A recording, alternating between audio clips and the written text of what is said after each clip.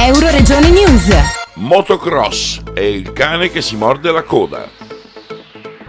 La Federazione Italiana Motociclistica, con il Comitato Regionale del Friuli Venezia Giulia, sempre attivi e pronti a organizzare competizioni, raduni, manifestazioni e gite turistiche che dovrebbero attirare tutti i giovani e farli appassionare alle moto. Si è svolta la gara del campionato regionale di motocross nel circuito Chiaponat di Gonars e sebbene fossero tante le squadre e i centauri coinvolti, gli spettatori erano pochissimi. Grande impegno per il Motoclub Edi, che gestisce il circuito in provincia di Udine, dove si svolgono allenamenti e competizioni sia di motocross, sia di enduro sia di autocross, ma le potenzialità sono veramente elevate, come già ampiamente dimostrato qualche anno fa con l'organizzazione degli europei di Supercross, con un anfiteatro stupendo che consente a migliaia di spettatori di vedere tutto il circuito restando comodamente seduti. A questo punto la domanda è la seguente: i mass media non si occupano di motocross tranne nei casi eccezionali perché gli spettatori non sono interessati, oppure i giovani non si interessano al motocross perché i mass media non ne parlano? Da Gonars per Euroregione News, Marco Mascioli.